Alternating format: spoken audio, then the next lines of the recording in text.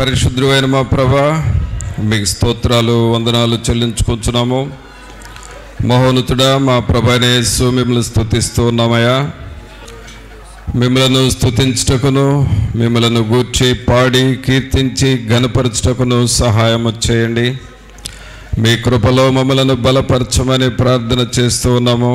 మీరు మాకు ఇచ్చిన ఈ సమయాన్ని బట్టి మీకే స్తోత్రాలు వందనాలు చెల్లిస్తూ ఉన్నాము. కృపామయుడా, దయా సత్య సంపూర్ణుడా, మీకే స్తోత్రాలు వందనాలు చెల్లిస్తూ ఉన్నాము. మీరు ఈ ఆరాధనకు అధ్యక్షత వహించండి. తండ్రిని ఘనపరచుటకును, రక్షకుడైన యేసుక్రీస్తును మహిమపరచుటకును, మేము నాయన పరిశుద్ధాత్మనితో సహవాసము చేయుటకును కృపను దయచేయండి ప్రభా. మా అంతరంగములను మీరు కనికరించండి, మా అంతరంగములను మీరు బలపరచండి. మీ ఆత్మశక్తిని, ఆత్మ పట్టుదలను మాకు మీరు దయచేయండి. ఆత్మ విషయమై తీవ్రత కలిగి ఉండమని చెప్పినారు, అలాగే దేవుని విషయంలో పట్టుదల కలిగి ఉండమని చెప్పినారు. మీ యొద్ద సహనముతో కనిపెట్టమని మీరు చెబుతున్నారు ప్రభా. అట్టి నాయన స్వభావం మాకు మీరు దయచేయండి. తండ్రి అయిన దేవా, మీ సన్నిధిలోనికి వచ్చి మిమ్మల్ని వేడుకొంచున్నాము. మీరు మాకు అధ్యక్షత వహించండి.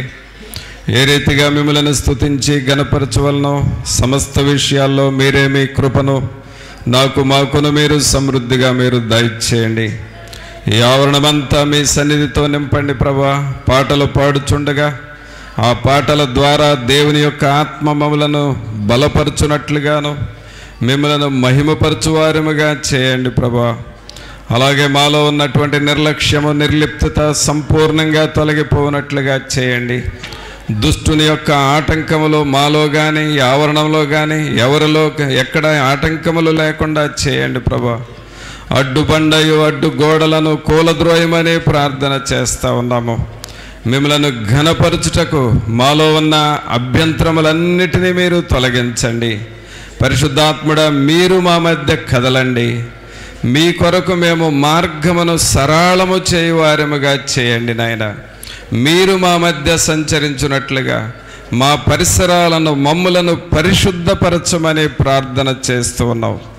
రాజులైన యాజక సమూహముగా మమ్మల్ని ఇక్కడ చేర్చి మహిమ ఘనత ప్రభావాలు మీరే ఆరోపించుకొనమని నజరేయుడైన యేసు నామమున అడిగి వేడుకొనుచున్నాము తండ్రి, ఆమేన్. పాటలు పాడుకుందామండి.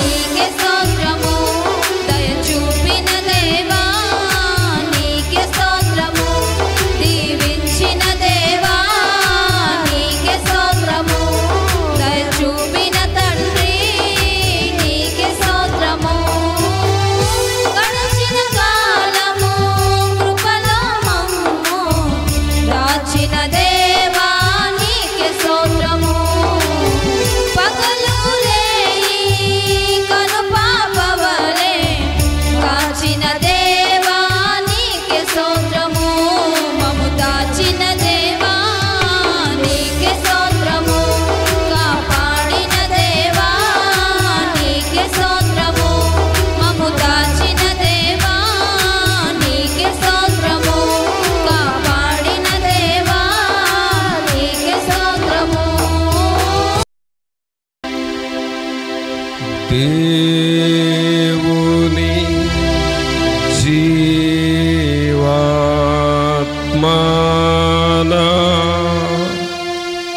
మీదికి రమ్ము. దేవుని జీవాత్మనా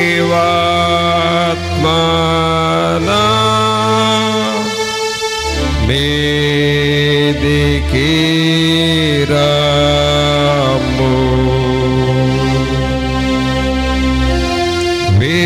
వీరచు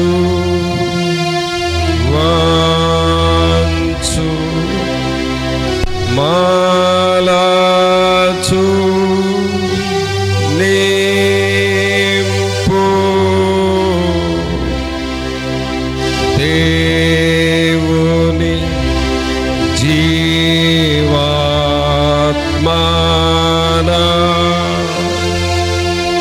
మీదికి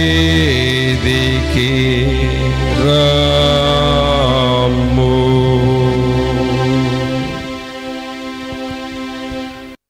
మీ వాక్యం ద్వారా మాతో మాట్లాడి మా ఆత్మలను బలపరచమని నజరేయుడైన యేసు నామమున అడిగి వేడుకొంచున్నాం తండ్రి, ఆమేన్.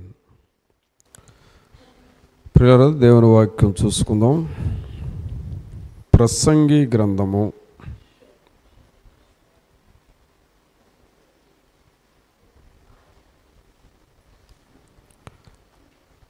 12వ అధ్యాయము.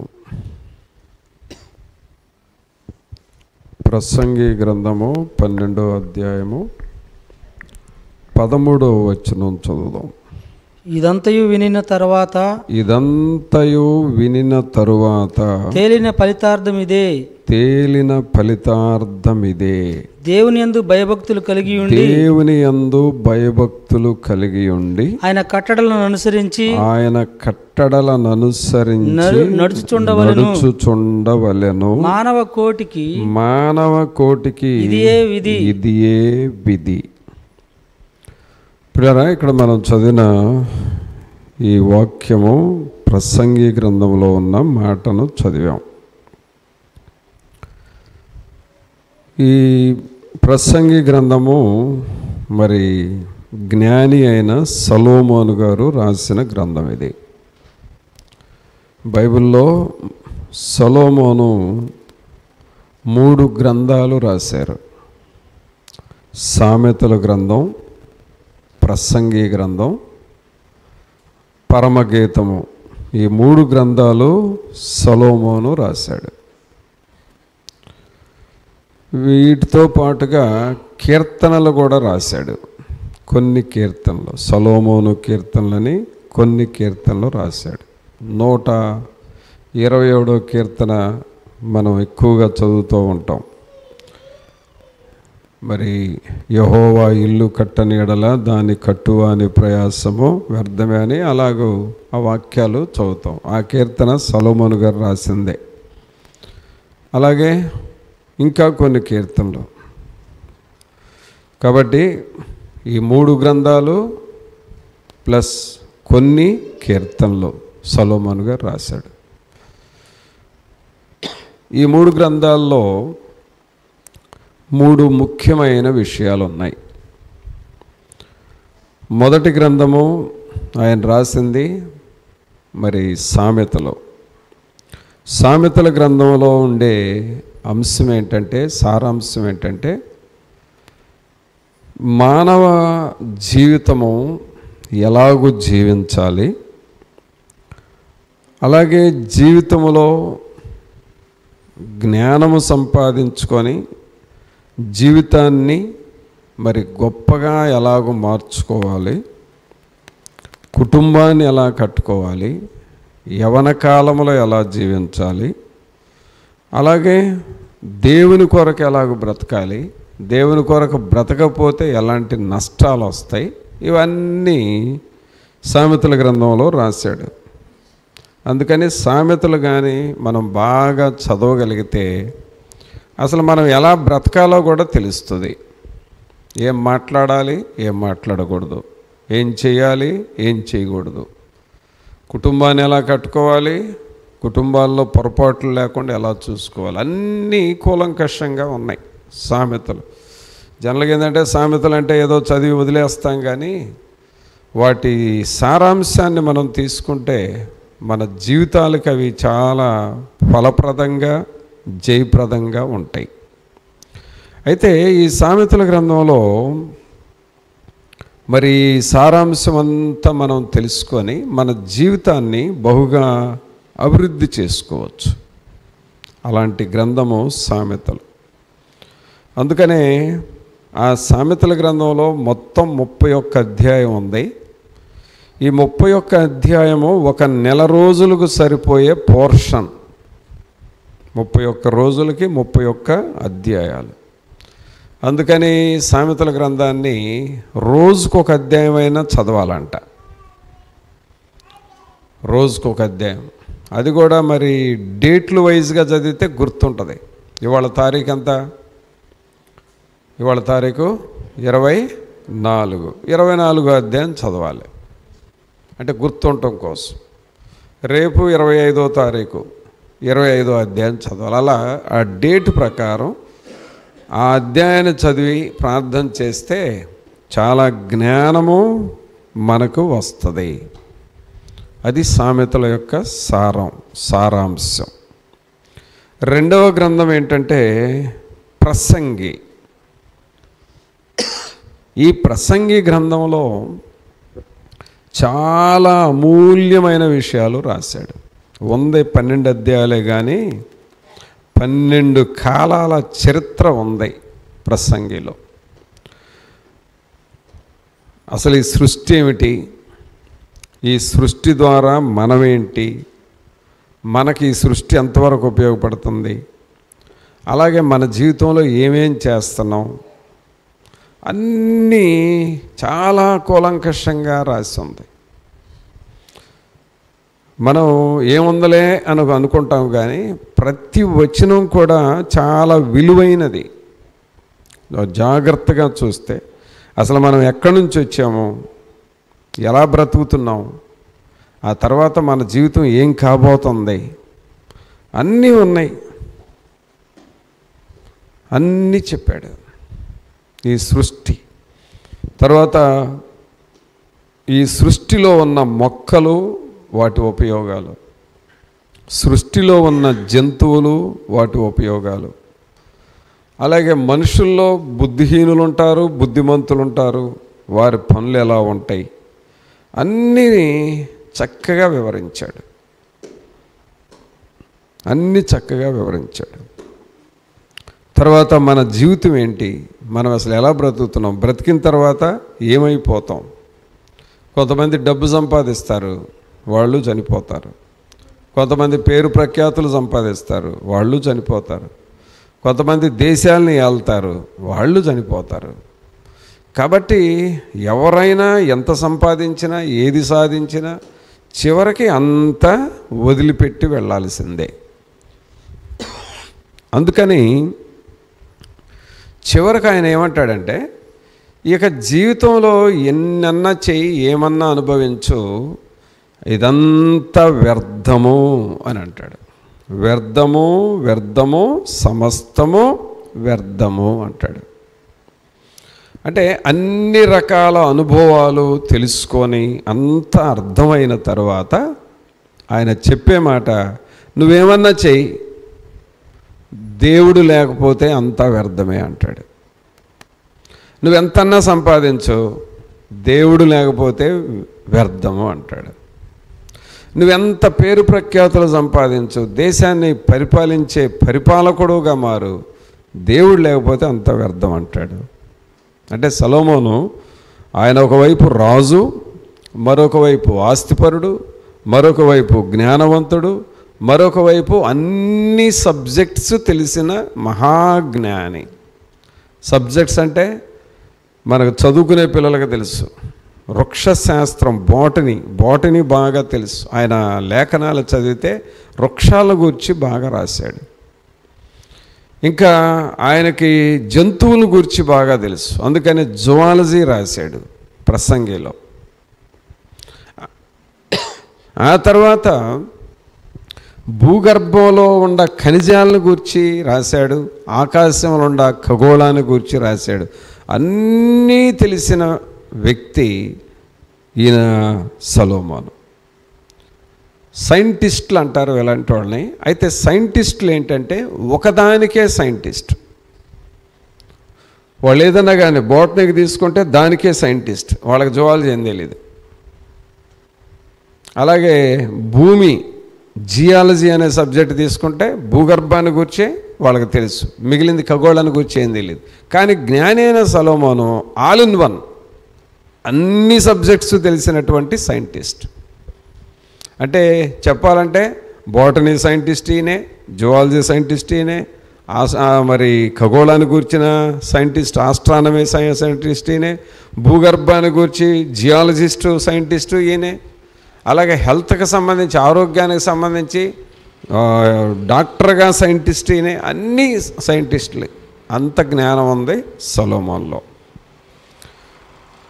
ఆయన అంతా చెప్పి చెప్పి చెప్పి చివరికి ఏమంటాడంటే, ఏదన్నా చేయండి, ఎలా అన్నా సంపాదించండి, దేవుడు గనక మీకు లేకపోతే మీరు వేస్ట్ ఫెలోస్ అంటాడు. చివరికి అది తేల్చేది. నువ్వు ఏమన్నా చెయ్యి, నీతో దేవుడు లేకపోతే నువ్వు వేస్ట్ అంటాడు. అది ప్రసంగి యొక్క సారాంశం. ఇక 3వ గ్రంథం పరమగీతం. ఈ పరమగీతం ఏమిటి అనంటే, జీవితంలో ఎలా బ్రతకాలో చెప్పాడు సామెతల్లో. అలాగే నువ్వు ఈ లోకంలో ఏమన్నా చెయ్యి సాధించు, కానీ దేవుడు లేకపోతే వ్యర్థమని అంటున్నాడు ప్రసంగిలో. ఇక పరమగీతం ఏంటంటే, ఇక దేవుడికి నీకు ఉండవలసిన సంబంధాన్ని గురించి చెప్పాడు. అంటే ఇక లోకంలో అన్నీ వదిలేసుకొని ఎవరితో నువ్వు సంబంధం పెట్టుకోవాలి? దేవునితోనే సంబంధం పెట్టుకోవాలి. మనం చేయాల్సినవన్నీ చేస్తాం, చివరికి అది నీకు వృధా, వ్యర్థమని అర్థం అవుతుంది. ఆ తర్వాత నువ్వు దేవునితో సంబంధం పెట్టుకోవాలి, అది చెబుతుంది. అందుకనే పరమగీతము అని అన్నాడు. ఈ పరమగీతం అంటే ఏంటంటే, అదొక గీతం, పాట. దేని గురించి అంటే పరమ. పరమ అంటే పరలోకము, పరమ అంటే ప్రభువు, పరలోకములో ఉన్న దేవుడు. ఆయనను గూర్చి పాడుకోవటం, ఆయనను స్తుతించుకోవటం, ఆయనను ఆరాధన చేసుకోవటం, ఆయనతో కలియటం, ఆయనతో సహవాసం చేయటం, ఆయనతో స్నేహం చేయటం, ఇది మనం చేయాల్సిన పని. అందుకే మీరు దేవునితో ఐక్యపరచబడాలి అని ఈ పరమగీతాన్ని గూర్చి రాశాడు. కాబట్టి 3 గ్రంథాలు రాశాడు. 3 గ్రంథాల్లో 3 ప్రత్యేకమైన విషయాలు చెప్పాడు. అయితే ఇక్కడ మనం చదివిన వాక్యంలో చూస్తే, ఇప్పుడు నేను చెప్పిందంతా ఈ ఒక్క మాటలోనే వచ్చేస్తుంది. 13వ వచనం చదవండి. ఇదంతయు వినిన తరువాత అనండి అందరూ ఆ మాట. ఇదంతయు వినిన తర్వాత, ఇదంతా వినిన తర్వాత అంటే ఏంటి? అది అంత ఏంటంట అనంటే, ఈయన భూమి పుట్టిన దగ్గర నుండి ఉన్న చరిత్ర అంతా తీశాడు బయటికి. అంటే కొన్ని వేల సంవత్సరాల చరిత్ర అంతా చెప్పాడు. ఇదంతా చెప్పి ఏమంటాడు? ఇదంతయు వినిన తరువాత తేలిన ఫలితార్థం ఇదే. తేలిన ఫలితార్థం ఇదే. చివరికి రిజల్ట్ ఇదయ్యా. నువ్వెంతన్నా చెప్పు, నువ్వెంతన్నా విను, చివరికి రిజల్ట్ ఇది. ఇప్పుడు మనకి స్టోరీ అంతా కావాలా, రిజల్ట్ కావాలా? చెప్పండి, ఏది బాగుంటుంది? స్టోరీ అంతా తెలుసుకోవాలా, ఫైనల్గా ఏం జరిగిందో రిజల్ట్ తెలుసుకుంటే చాలా? ఏది కావాలి నీకు? స్టోరీ కావాలా, రిజల్ట్ కావాలా నీకు? రిజల్ట్ కావాలా, స్టోరీ కావాలా? స్టోరీ కావాలా? స్టోరీ అంతా వింటావు, సరే. స్టోరీ కావాలనుకుంటే స్టోరీ అంతా వింటావు, చివరికి నీకు రిజల్ట్ ఏంటి? కాబట్టి స్టోరీ తెలుసుకో, కానీ రిజల్ట్ ఇది. ఏంటది? ఇదంతయు వినిన తరువాత తేలిన ఫలితార్థం ఇదే, దేవుని యందు భయభక్తులు కలిగి ఉండి. అది ఇక్కడ ఆపుతున్నాడు. ఇక బాబు నువ్వేమన్నా చేయనాయన, నువ్వు సంపాదించుకో, పేరు ప్రఖ్యాతులు సంపాదించుకో, డబ్బు సంపాదించుకో, ఉద్యోగాలు సంపాదించుకో, పొలాలు వేసుకో, పంటలు పండించుకో, కొట్లు నింపుకో, బాగా తిను త్రాగు సుఖించను, ఏమన్నా చేయనాయనా, ఫలితం ఏంటంటే దేవుని యందు భయభక్తులు కలిగి ఉండటం చాలా అవసరం. ఆమేన్. ఏం కలిగి ఉండాలి? దేవుని యందు భయభక్తులు కలిగి ఉండటం నేర్చుకోండి. అది చెబుతున్నాడు. దేవుని యందు భయభక్తులు కలిగి ఉండి ఆయన కట్టడలను అనుసరించి నడుచుచుండవలెను. మానవ కోటికి ఇదియే విధి. ఇప్పుడు మనం ఆలోచన చేద్దాం. జ్ఞాని అయిన సొలొమోను గారు అంత తెలివి కలిగిన వాడు, అంత మహాజ్ఞానే ఆ మాట చెబితే ఇక అంతకంటే తెలివిగా మనం ఏమైనా ఆలోచించగలమా? చెప్పండి. కొన్నిసార్లు ప్రియులరా మనకు ఆలోచన చేసే శక్తి ఉండనప్పుడు ఏం చేయాలంటే మనకంటే బాగా తెలిసిన వాళ్ళు ఏదన్నా చెబితే అది సింపుల్గా నమ్మాలి, వినాలి, అంతే. మళ్ళీ నేను దీన్ని టెస్ట్ చేస్తాను, మళ్ళా దీనిలో ఎంతవరకు లోతుందో, ఎంతవరకు ఇది వాస్తవమో అని నువ్వు టెస్ట్ చేసి పరీక్షలు చేస్తే ఇక నీ జన్మ సాలదిక. జ్ఞాని అయిన సొలొమోను కంటే ఎక్కువ ఆలోచించలేంగా మనం, అంతకంటే తెలివిగా మనం ఏది చేయలేంగా. ఇక ఎందుకు మరి ఆయనతో పోటీ ఎందుకు మనకి? ఆయన చెప్పింది వినటం, చేయటం, అంతే. ఆయన కూడా ఏం చెప్పాడు? ఆయన సొంతదేం చెప్పట్లా, దేవుని విషయమే చెప్పాడు. ఏమని చెప్పాడు? దేవుని యందు భయభక్తులు కలిగి ఉండి ఆయన కట్టడలను అనుసరించి నడుచుచుండవలెను. మానవ కోటికి ఇదియే విధి. మానవ కోటికి ఇదియే విధి. దేవుని యందు భయభక్తులు కలిగి ఉండండి. సరే, ఇప్పుడు మన సంగతికి వద్దాం. సొలొమోను గారు 3 గ్రంథాలు రాశాడని చెప్పాను, కొన్ని కీర్తనలు రాశాడని చెప్పాను, ఒక్కొక్క గ్రంథంలో ఒక్కొక్క విషయం చెప్పాడని చెప్పాను. చివరికి మన విషయం తేల్చేశాడు. ఏమని తేల్చేశాడు? యెహోవా యందు భయభక్తులు కలిగి ఉండండి అని చెప్పాడు. ఇప్పుడు దేవుని యందు భయభక్తులు కలిగి ఉంటే మనకు మంచిదా మంచిది కాదా ముందు అది తేల్చుకోవాలి. చెప్పండి.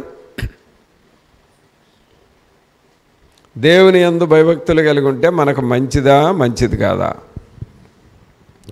ఏదో ఒకటి చెప్పండిలే. మంచిదా మంచిది కాదా? మంచిదేనా? లేకపోతే ఏమన్నా తేడా ఉందా? దేవుని యందు భయభక్తులు లేకపోయినా పర్వాలేదా అని ఆలోచన చేస్తే ఎవరైనా అనే మాట ఏంటంటే దేవుని యందు భయభక్తులు కలిగి ఉండాల్సిందే, తప్పదు. నువ్వెవరైనా సరే. పిల్లరా, అసలు ఇంకొక విషయం ఏంటో తెలుసా? నీవు పెద్దవాడు అయ్యే కొలదే, నువ్వు పెద్దదాని అయ్యే కొలదే నీలో భయభక్తులు ఇంకా పెరుగుతూ ఉండాలి. మన వయసుతో పాటు, మన స్థాయితో పాటు భయభక్తులు పెరగాలి. అదే ఎలాంటిదంటే, విద్యార్థిగానండి, ఒక చిన్న పిల్లోడు, అంటే ఇంట్లో ఉన్న పిల్లోడు ఒక పొరపాటు చేస్తే, జాగ్రత్తగా వినాలి మాట, ఒక చిన్న పిల్లోడు, ఇంట్లో ఉన్న పిల్లోడు, ఇదిగో ఇక్కడ చిన్న చిన్న పిల్లలు ఉన్నారే, ఈ పిల్లల పొరపాట్లు చేస్తే కొంత నష్టం జరిగిద్ది. ఆ నష్టము అంత పెద్దదేం కాదు, ఒక గ్లాసు పడేస్తారు, పగిలిద్ది, అంతే. లేకపోతే నీ బాటిల్లో వాటర్ ఉంటే మూత పెట్టకపోతే దాన్ని పడేస్తారు, నీళ్లు పోతాయి. పిల్లలు పొరపాట్లు చేస్తే కొంచెం నష్టమే ఉంటుంది. కానీ పెద్దవాళ్ళు నష్టం చేస్తే, అంటే తండ్రి స్థాయిలో తల్లి స్థాయిలో వాళ్ళు కానీ నష్టం చేస్తే కుటుంబం మొత్తానికి దెబ్బ కొట్టేసిద్ది. పిల్లలు పొరపాటు చేస్తేనేమో కొంచెమే నష్టం, ఒక తల్లి కానీ ఒక తండ్రి కానీ పొరపాటు చేస్తే టోటల్ ఫ్యామిలీ మొత్తానికి నష్టం వస్తుంది. తర్వాత మన గ్రామాన్ని పరిపాలించే ప్రెసిడెంట్ ఉన్నాడు అనుకోండి, ఆయన పొరపాటు చేస్తే గ్రామం మొత్తానికి ఏదో ఒక నష్టం జరిగిద్ది.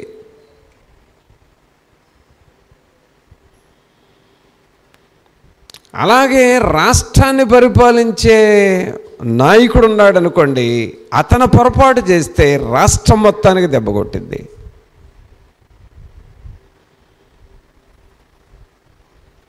అలాగే సంఘాన్ని నడిపించే దేవుని సేవకుడు ఉండి ఆయన పొరపాటు చేస్తే సంఘం మొత్తానికి దెబ్బ కొట్టేసిద్ది.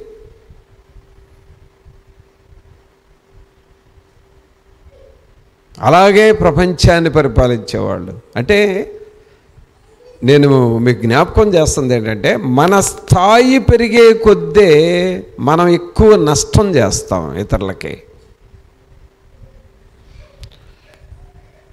ఇలాంటి పరిస్థితుల్లో ఎలా ఉండాలంటే, మన స్థాయి పెరిగే కొలదే దేవుని యందు భయభక్తులు పెరగాలి మనలో.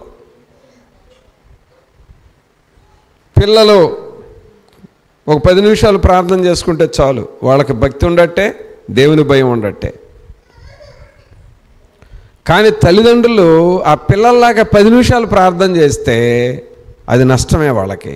వాళ్ళ ప్రార్థన స్థాయి పెరగాలి. అలాగే ఇక ఆ తర్వాత దేశాన్ని పరిపాలించేవాళ్ళు బైబిల్ ప్రకారం అయితే మనందరికంటే వాళ్ళు ఎక్కువ ప్రార్థన చేయాలి. వాళ్ళు అసలు ఏమైనా చేస్తారా? వాళ్ళు ఏమీ చేయరు. ఒకవేళ ఏదైనా నమ్మకం ఉంటే 2 చేతులు పెట్టి ఇట్లా దండం పెట్టుకుంటారే తప్ప దేవుని దగ్గర మోకరించి ప్రార్థన చేయరు. వాళ్ళు ఎక్కువ డ్యామేజ్ చేస్తారు రాష్ట్రాలని.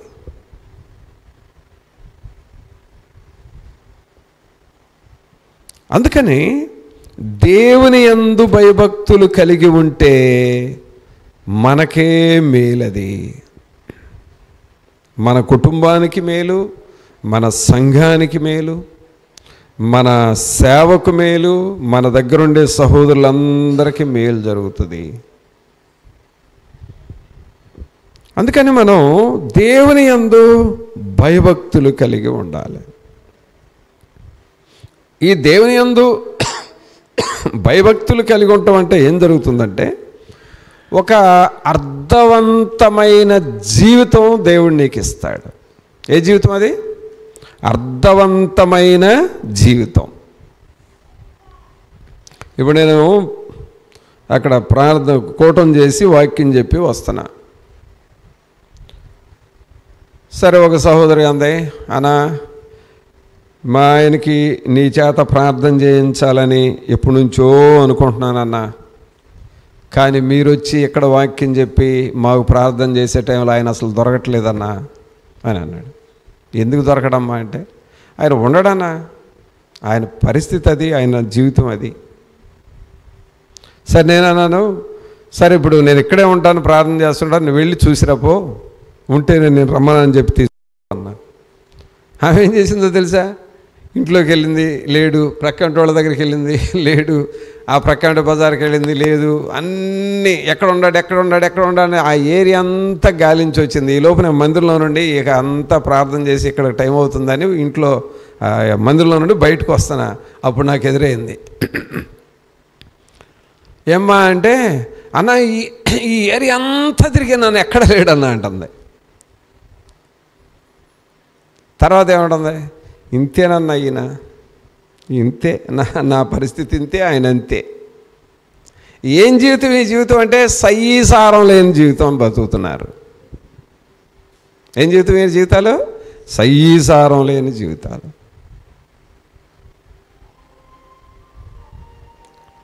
కారణం ఏంటో తెలుసా? యెహోవా యందు భయభక్తులు లేని జీవితం సయీసారం లేని జీవితం లాగా ఉంటుంది. నిష్ప్రయోజనకరమైన జీవితం. భార్యకి తలనొప్పే, పిల్లలకి తలనొప్పే, ఇక ఆయన లేకపోతే పోతే బాగుండని కూడా అనుకుంటారు. సయ్యసారం లేని జీవితం ద్వారా అందరికీ బాధలే.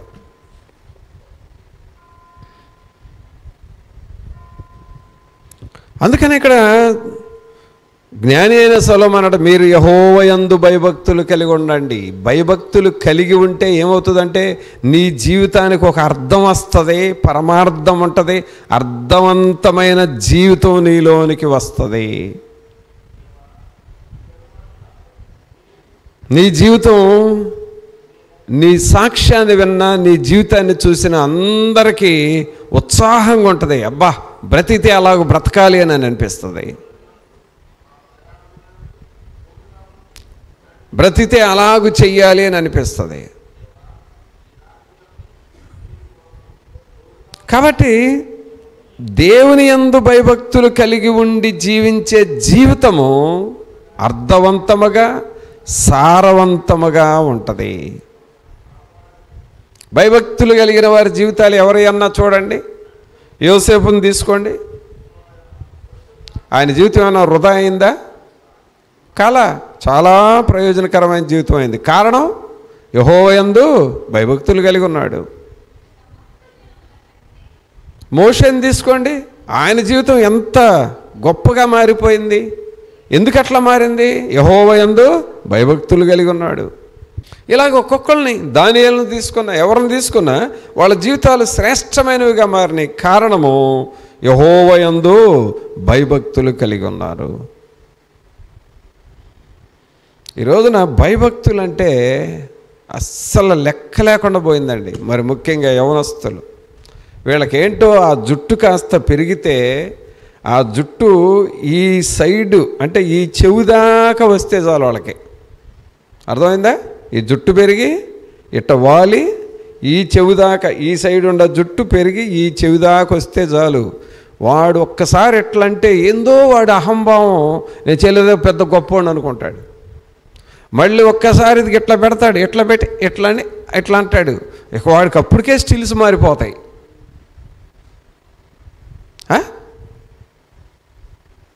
ఏదో అనుకుంటున్నారు, అసలు వాళ్ళకి తెలియట్లేదు. సైతాను వాళ్ళ జీవితాలని పాడు చేస్తుందన్న సంగతి వాళ్ళకి తెలియదు. అర్థం లేని జీవితం, సారం లేని జీవితం, నిష్ప్రయోజనమైన జీవితానికి వాళ్ళు సిద్ధపడుతున్నారని వాళ్ళకి తెలియదు.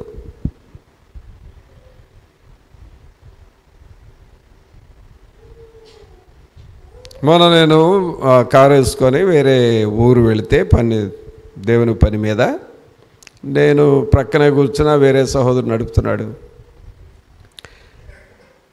అంత ఒక 20-25 సంవత్సరాల మధ్యలో ఉండే యవనస్తుల గుంపు రోడ్డు మీద ఉంది.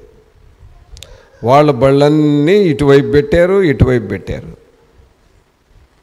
వాళ్ళ ఆటోలో ఇటువైపు పెట్టారు, ఇటువైపు పెట్టారు. చివరికి ఆ రోడ్ని ఎంత చేసేసారంటే అసలు బండి పోవటానికి వీలు లేకుండా చేసేసారు. వాళ్ళు బాయ్ ఆ బండి కాస్త తీయండి, ఆ ప్రక్క మాట ఎట్లా కట్ట పోనీ అన్నా, ఎట్లా కట్ట పోనీ అన్నా, మాత్రం నడపలేవా డ్రైవర్వి, ఎట్లా కట్ట పోనీ, ఏంది మేము తీసేది, నువ్వు పోయేది ఏంది, ఈ రటమతంగా మాట్లాడుతున్నారు తప్ప అసలు ఖాళీ లేదు కదరా, కొంచెమన్నా బండి అడదా, ఎట్లా కట్ట పోనీ అన్న, మేము తీస్తే నువ్వు పోయేది ఏందన్నా. అది గొప్ప అనుకుంటున్నారు వాళ్ళు. మనం తీయకూడదు, ఎట్లా పోతాడో పోవాలి అని చూడాలి, అది గొప్ప అనుకుంటున్నారు.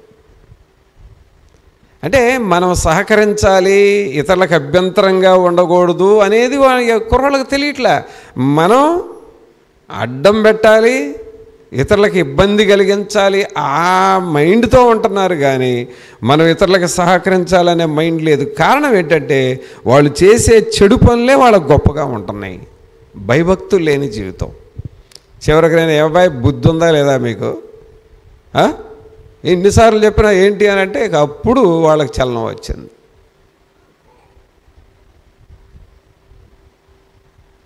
వాళ్ళు ఏమనుకుంటారు, మేము కుర్రోళమే, ఒకళ్ళ మాట మేము వినేది ఏంటి. దేవుని యందు భయభక్తులు లేని మాటలు. ఈ దేవుని యందు భయభక్తు లేని మాటలు నువ్వు డెవలప్ చేసుకొని ఫ్యూచర్లో ఏమవుతావు నువ్వు? అది తెలుసా నీకు అసలు? దేవుని యందు భయభక్తులు లేకుండా, పెద్దల యొక్క భయభక్తులు లేకుండా, ఒక సంఘం యొక్క మర్యాదలు లేకుండా నీ ఇష్టం వచ్చినట్టుగా పెరిగితే నువ్వేమవుతావు? భవిష్యత్తులో ఏమవుతావు నీకు తెలుసు అసలు? తెలీదు. నిష్ప్రయోజకులు అయిపోతారు అలాంటి వాళ్ళు.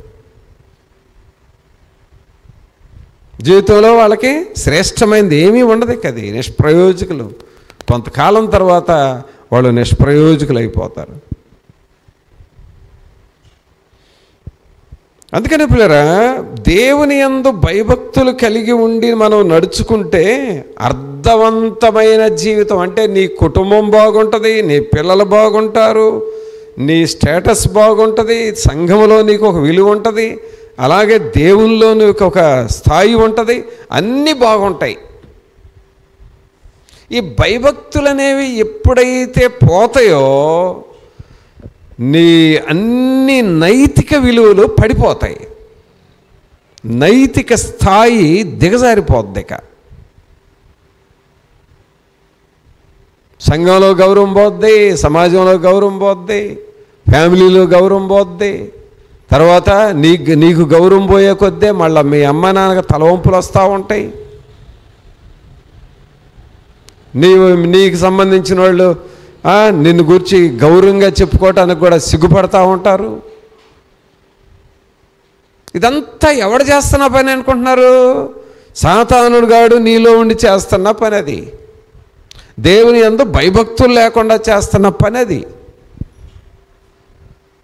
అందుకని ప్రియరా, యెహోవా యందు భయభక్తులు కలిగి ఉంటే అర్థవంతమైన జీవితం, దీన్ని మీనింగ్ఫుల్ లైఫ్ అంటారు. అర్థవంతమైన జీవితం నీకు వస్తుంది. బ్రతికితే అలాంటి బ్రతకాలంటారే, అది అలాంటి జీవితం వస్తుంది నీకు. తర్వాత దేవుని యందు భయభక్తులు కలిగి ఉండటం అంటే ఏంటో చూద్దాం. ద్వితీయోపదేశకాండం తీయండి. ద్వితీయోపదేశకాండము 10వ అధ్యాయము 12వ వచనం నుండి చూడండి. కాబట్టి ఇశ్రాయేలు నీ దేవుడైన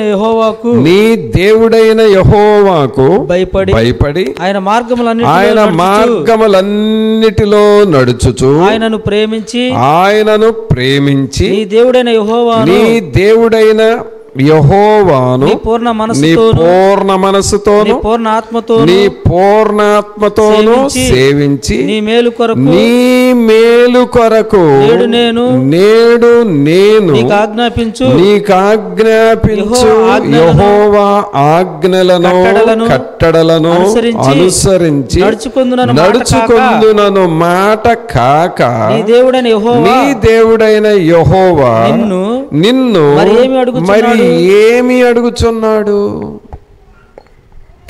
చూసారా, దేవుని యందు భయభక్తులు కలిగి ఉండండి అయ్యా అని చెప్పేది ఎందుకు అనుకుంటున్నారు? కొంతమంది ప్రార్థనకు రారు, ఆదివారం ప్రార్థనకు రారు. వాళ్ళు కనపడేటప్పుడు, ఏం సహోదరుడా మొన్న ఆదివారం ప్రార్థనకి ఎక్కడికి పోయావు ప్రార్థనకు రాకుండా? ఎందుకు వెనకబడిపోతున్నావు అని హెచ్చరించేది ఎందుకు అనుకుంటున్నారు? నీ మేలు కోసం. అది అడిగే వాళ్ళకేమీ ఉద్ధరించవు నువ్వు, నీ మేలు కోసమే అడిగేది. ఏమా పోయిన వారం ఎందుకు వెనకబడిపోయావు? ఎందుకు ప్రార్థన చేయలేకపోతున్నావు? మొన్న ఉపవాసకోటాలు జరిగినాయి కదా, ఎందుకు రాలేకపోయావు అని నిన్ను హెచ్చరించేది నీ మేలు కోసం. అది ఆ హెచ్చరిక కూడా లేకపోతే తుప్పు పడతావు, నువ్వు తుప్పు పట్టిపోతావు, ఎందుకు పనికిరావేక. అందుకనే నిన్ను దేవుని సేవకుడో లేకపోతే ఎవరో ఒకళ్ళు దేవుడు ప్రేరేపించి నిన్ను హెచ్చరిస్తూ ఉంటారు, నిన్ను ప్రేరేపిస్తూ ఉంటారు. చూసారా? అందుకని అక్కడ ఏం చదువుతున్నాం? 11వ వచనం, నీ మేలు కొరకు నేడు నేను నీకు ఆజ్ఞాపించు యెహోవా ఆజ్ఞలను కట్టడలను అనుసరించి నడుచుకొందునను మాట కాక నీ దేవుడైన యెహోవా నిన్ను మరి ఏమి అడుగుచున్నాడు? చూసారా? అంటే దేవుని యందు భయభక్తులు కలిగి ఉండటం అనేది నీ మేలు కొరకు. అందరూ చెప్పండి, దేవుని యందు భయభక్తులు కలిగి ఉండటము నా మేలు కొరకు. అందరూ చెప్పండి, దేవుని యందు భయభక్తులు కలిగి ఉండటము నా మేలు కోసం, నా కుటుంబం మేలు కోసం. అది మా ప్రార్థన చేయండి, వాక్యం చదవండి, క్రమంగా దేవుని సన్నిధికి రండి, ఉపవాస ప్రార్థనలు చేయండి అని చెప్పేది ఎందుకు? నీ మేలు కోసం. అది నీ మేలు కోసం. కావున ప్రభునంతులరా, మన మేలు కొరకు దేవుని యందు భయభక్తులు కలిగి ఉండాలి. అర్థమైందా? సొలొమోను గారు ఇవన్నీ అనుభవించి ఇదంతయో వినిన తరువాత తేలిన ఫలితార్థమిదే, మానవ కోటికి విధి ఇదే. ఆయనకంటే గొప్పవాళ్ళం కాదుగా మనం, ఆయనకంటే తెలియగలవడం కాదు కదా. కాబట్టి ఆయన చెబుతున్నాడు, ఇక ఏం చెబుతున్నాడు? యెహోవా యందు భయభక్తులు కలిగి ఉండండి. ఇప్పటికైనా పర్వాలేదు, ఇప్పటికైనా సరే సరైన భక్తిని చెయ్యండి. దేవుని యందు మంచి భయభక్తులు కలిగి ఉండండి. యవనస్తులు, యవనరాళ్ళు, స్త్రీలు, పురుషులు దేవుని యందు భయభక్తులు కలిగి ఉండండి. ఎందుకో తెలుసా? నీ మేలు కోసమే, నీకు ఒక మంచి జీవితం కోసం, నీకు ఒక అర్థవంతమైన జీవితం రావటం కోసం ఆయన యందు మీరు భయభక్తులు కలిగి ఉండండి అని అంటున్నాడు.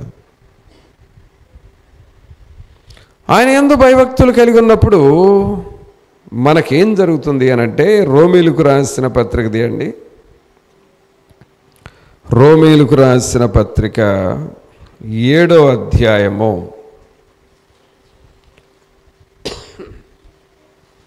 రోమీలకు రాసిన పత్రిక 7వ అధ్యాయము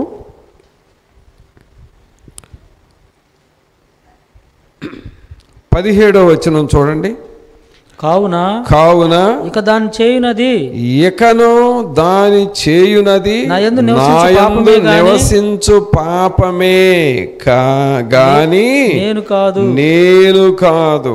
నాయందు అనగా నా శరీరమందు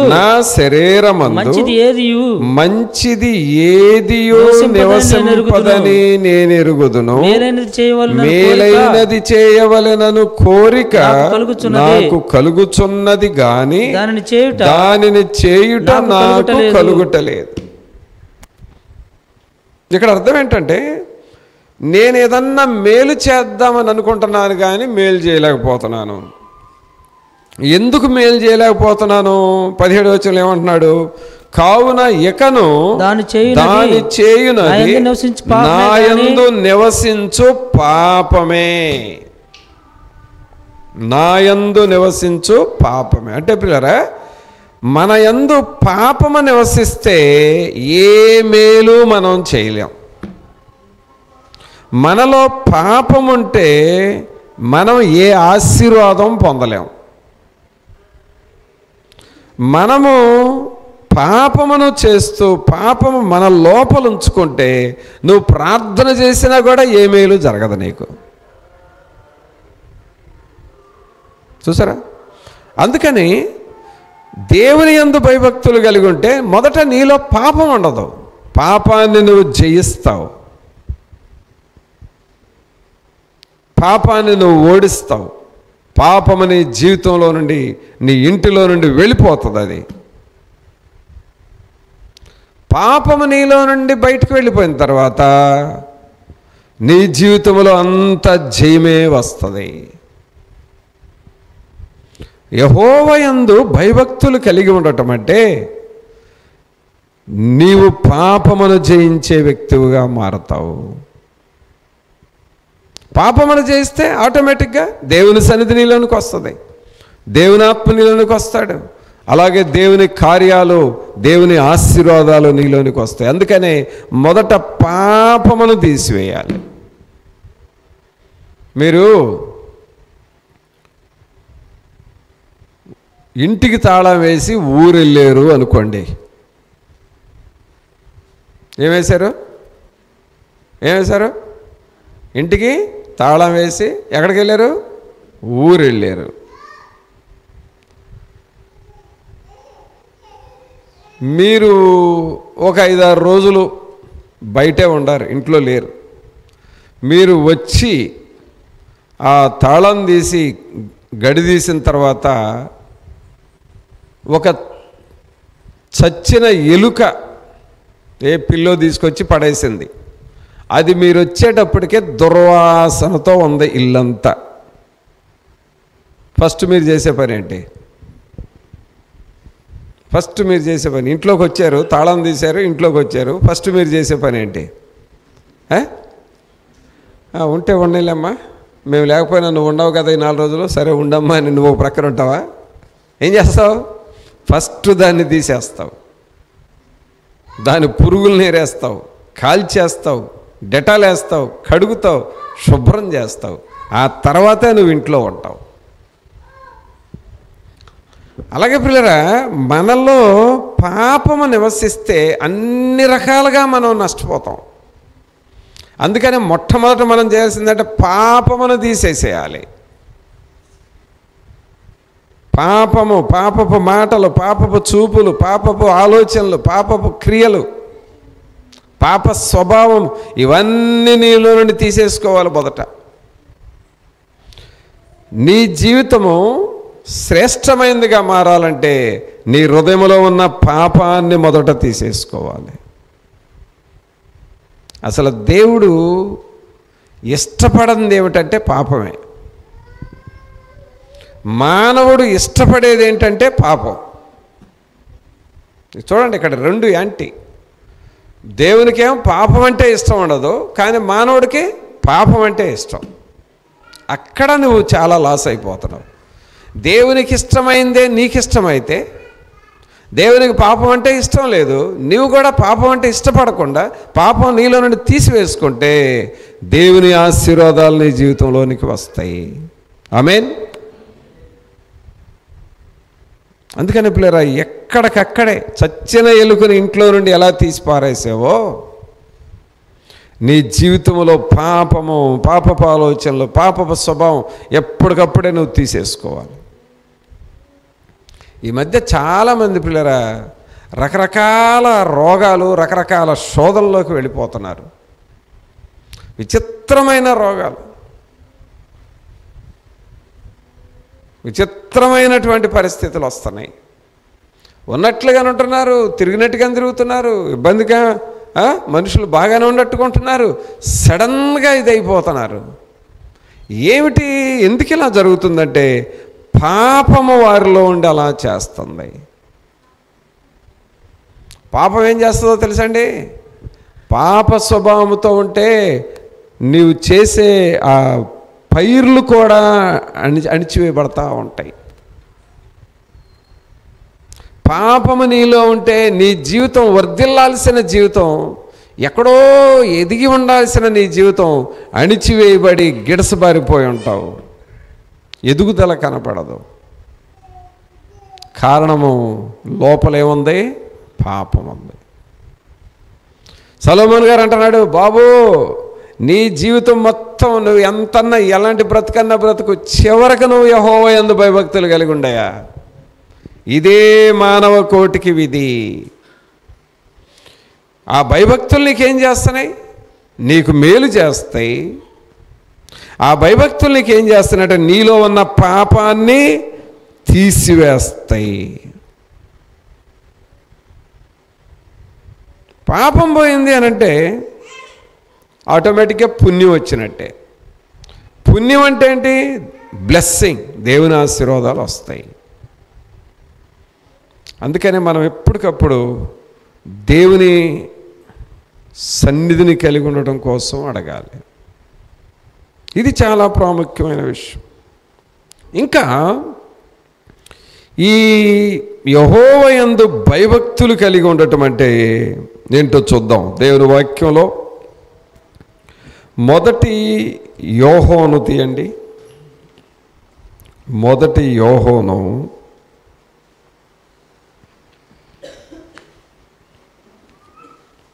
1 3వ అధ్యాయము 1 యోహాను 3వ అధ్యాయము 15వ వచనం చదవండి. తన సహోదరుని ద్వేషించువాడు నరహంతకుడు ఏ నరహంతకుని యందును నిత్య జీవముండదని మీరెరుగుదురు. చూసారా? అంటే నిత్య జీవము లేని జీవితాన్ని మనం జీవించకూడదు. ఇంకా చెప్పాలంటే పవిత్రంగా బ్రతకాలి. యెహోవా యందు భయభక్తులు కలిగి ఉండటం అంటే నిత్య జీవం ఉండాలి. ఆ నిత్య జీవం కారణం ఏంటి అని అంటే పవిత్రంగా బ్రతకాలి, పరిశుద్ధంగా బ్రతకాలి. పరిశుద్ధంగా పవిత్రంగా బ్రతుకుతున్నావంటే నీలోనికి నిత్య జీవం వస్తుంది. నిత్య జీవం వచ్చిందంటే అన్ని రకాల ఆశీర్వాదాలు వస్తాయి. అందుకనే ఆ పరిశుద్ధతను, ఆ పవిత్రతను మనం కలిగి ఉండాలి. ఇదే మానవ కోటికి విధి. అందుకనే మనం మొదటి వాక్యం ఏం చూసాము? యెహోవా యందు భయభక్తులు కలిగి ఉండండి. ఈ దేవుని యందు భయభక్తులు కలిగి ఉన్న వారిని దేవుడు ఇంకా ఏ స్థాయికి లేపుతాడు అని అంటే తారాస్థాయి అని అంటారు. చూడండి, ఏ స్థాయి అది? తారాస్థాయి. అంటే ఇక అది ఉన్నతమైన స్థాయి. ఆ స్థాయికి లేపుతాడండి. చూడండి దేవుని వాక్యంలో మత్తయి సువార్త 28వ అధ్యాయము, మత్తయి సువార్త 28వ అధ్యాయము 19వ వచనం, 18, 19 చదవండి. అయితే యేసు వారి యొద్దకు వచ్చి పరలోకమందును భూమి మీదను సర్వాధికారము ఇయ్యబడి ఉన్నది. కాబట్టి మీరు వెళ్ళి సమస్త జనులను శిష్యులనుగా చేయుడి. తండ్రి యొక్కయు కుమారుని యొక్కయు పరిశుద్ధాత్మ యొక్కయు నామములోనికి వారికి బాప్తిసం ఇవ్వండి అంటున్నాడు. అంటే సమస్త జనులను శిష్యులనుగా చేయండి. అందరు చెప్పండి అన్నమాట, సమస్త జనులను శిష్యులనుగా చేయండి. శిష్యులు అంటే ఎవరంటే యేసు ప్రభు తర్వాత ఇక వాళ్ళేనండి. అవునా కాదా చెప్పండి? యేసు ప్రభు తర్వాత ఇంకా ముఖ్యమైన వారు ఎవరో? శిష్యులే కదా. యేసు ప్రభు తర్వాత ప్రాముఖ్యమైన వ్యక్తులు ఎవరైనంటే శిష్యులు, అపోస్తలులు. అంటే నేను ఇందాక చెప్పానే తారాస్థాయికి దేవుడు నిన్ను పెంచుతాడని, అది అలాంటి స్థాయికి తీసుకెళ్తున్నాడు. అందుకనే దేవుని యందు నువ్వు భయభక్తులు కలిగి ఉంటే దేవుడు నీ స్థాయిని కూడా పెంచుతాడు. అందుకనే మొదటి వాక్యం ఉంది అండి, ప్రసంగి గ్రంథం. సొలొమోను గారు ఆయన అనుభవం అంతా క్రోడీకరించి రాసిన మాటను మనం చదివాం. ప్రసంగి గ్రంథము 12వ అధ్యాయము 13వ వచనం. ఇదంతయు వినిన తరువాత తేలిన ఫలితార్థం ఇదే, దేవుని యందు భయభక్తులు కలిగి ఉండి ఆయన కట్టడలను అనుసరించి నడుచుచుండవలెను. మానవ కోటికి ఇది ఏ విధి. మరి అలాగ మనం సిద్ధపడుతున్నామా పిల్లరా? దేవుని యందు భయభక్తులు కలిగి ఉంటున్నామా? ఆ భయభక్తులు కలిగి ఉండి దేవుని ఆశీర్వాదాలు మనం పొందుకోవడానికి సిద్ధపడుతున్నామా? ప్రార్థన చేసుకుందాం. ఒక్క నిమిషం మన హృదయాలను మనం పరీక్షించుకుంటూ, ప్రభా మీ యందు భయభక్తులు కలిగి మీ ఆశీర్వాదాల కొరకు మేము సిద్ధపడాలి ప్రభా, అట్టివారిగా మమ్మలను చేయండి అని నువ్వు ప్రభువుని అడుగుతావా? పరిశుద్ధాత్మ దేవుడా, మీ వైపు చూస్తూ ఉన్నాము. మీ సన్నిధిని, మీ ఆత్మ సహాయము, మీ కృప, మీ కాపుదల మాకివ్వండి నాయన అని నువ్వు అడుగుతావా? అందరము 2 చేతులు దేవుని వైపు చూపిస్తూ పరిశుద్ధాత్మ దేవుణ్ణి వేడుకుందాము, అడుగుదాము. ప్రభా మీ కృపలో బలపరచండి, మీ సన్నిధిని, మీ ఆత్మ సహాయమును మాకు మీరు ఇవ్వండి నాయన. నజరేయుడా మిమ్మల్ని స్తుతిస్తున్నాము. దేవుని జీవాత్మ మీకు స్తుతులు, స్తోత్రాలు, వందనాలు ప్రభువా. మీ కృపలో బలపరచండి. దేవుని యందు భయభక్తులు కలిగిన వారుగా మమ్మలను చేయండి అయ్యా. మీ యందు భయభక్తులు కలిగి మీ కొరకు జీవించు వారముగా చేయండి అని మనం ప్రభువుని అడుగుదామా? పరిశుద్ధుడైన మా ప్రభా, మీకు స్తుతులు, స్తోత్రాలు, వందనాలు చెల్లిస్తూ ఉన్నాము. ఇదంతయు వినిన తర్వాత తేలిన ఫలితార్థం ఇదే అని సొలొమోను రాశాడు. అవును ప్రభా, ఈ లోకంలో మేము ఏది విన్నా, ఏది చూసినా, ఏది చేసినా అన్నిటి తర్వాత మేము చేయాల్సిన పని ఒకటి, మీ యందు భయభక్తులు కలిగి ఉండాలి ప్రభా. ఎందుకు అని ప్రశ్నిస్తే అది మా మేలు కోసం, ఎందుకు అని మేము అడిగితే అది మా క్షేమము కోసం, ఎందుకు అని మేము ప్రశ్నిస్తే అది మా జీవితం యొక్క స్థాయిని ఉన్నతముగా పెంచడం కోసమే కదా, పరలోకానికి చేరటమే కదా. కావున ప్రభా, మీ యందు భయభక్తులు కలిగిన జీవితాలు మాకు మీరు దయచేయండి. మీ సన్నిధిని, మీ ఆత్మశక్తి, మీ కాపుదల మాతో ఉంచి మీరే మీ కృపలో నడిపించి బలపరచమని నజరేయుడైన యేసు నామమున అడిగి వేడుకొనుచున్నాము తండ్రి. ఆమేన్. మన తండ్రి అయిన దేవుని ప్రేమ, కుమారుని కృప, పరిశుద్ధాత్మని యొక్క సన్నిధి ఇప్పుడు నెల్లప్పుడు మనందరికి తోడుగా ఉండి సహాయం చేయనుగాక. ఆమేన్.